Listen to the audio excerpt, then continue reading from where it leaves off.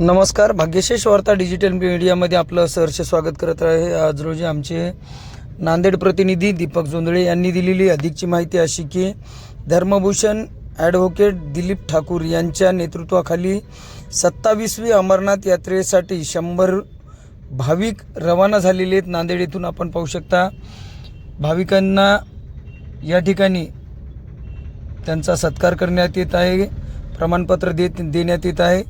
धर्मभूषण advocate Dilip Thakur यांच्या नेतृत्वाखाली आज 100 भाविकांना घेऊन 27वी यात्रा श्री अमरनाथ, वैष्णोदेवी, अमृतसर, जम्मू, दिल्ली यात्रेसाठी नांदेड येथे रेल्वे स्टेशन येथून भाविक निघाले. यावेळी यात्रेकरूंना शुभेच्छा देण्यासाठी शेकडो नागरिक रेल्वे स्थानक आले होते. आपण पाहत आहेत या ठिकाणी नातेवाईक असतील, सामाजिक कार्यकर्ते असतील, पत्रकार बांधव असतील, भाविकांना शुभेच्छा देण्यासाठी या ठिकाणी आलेले आहेत.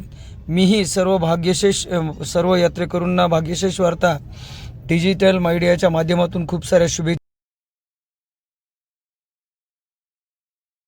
धर्मभूषण दिलीपभाऊ ठाकूर हे 27वी अमरनाथ यात्रा आज नांदेडहून घेऊन चाललेले आहेत.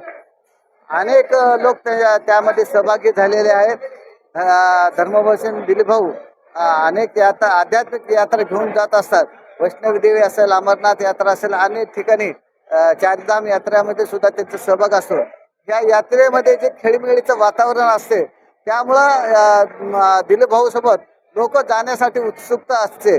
त्यामुळं या यात्रेच्या निमित्तानं सर्व यात्रेकरूंना आणि दिलीपभाऊला मी विश्व हिंदू परिषद कडून त्यांना या यात्रेसाठी शुभेच्छा देतो. जय श्रीराम. ही आमची अमरनाथची 27वी यात्रा आहे. या अमरनाथच्या यात्रेमध्ये आता आम्ही 100 लोक जात आहोत.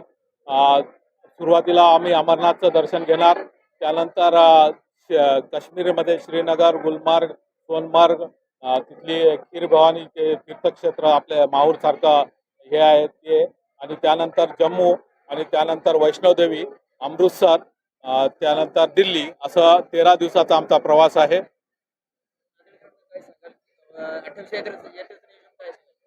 28वी यात्रा आमची 17 जुलैला निघत आहे. मी 15 जुलैला नांदेडला वापस येईल. परत 17 जुलैला 28वी यात्रेला जात आहे. ती विमानाने आहेत, तर कोणाला यायची इच्छा असेल तर त्यांनी आमच्या विमानाच्या याच्यात येऊ शकतात. त्यांनी आता मी तर जात आहे, आमच्या माया हॉलिडेज म्हणून शिवाजीनगरला ऑफिस आहे, तिथं ते संपर्क साधा. आता 100 लोक आहोत आम्ही, आणि पुढच्या याच्यात 60 लोक.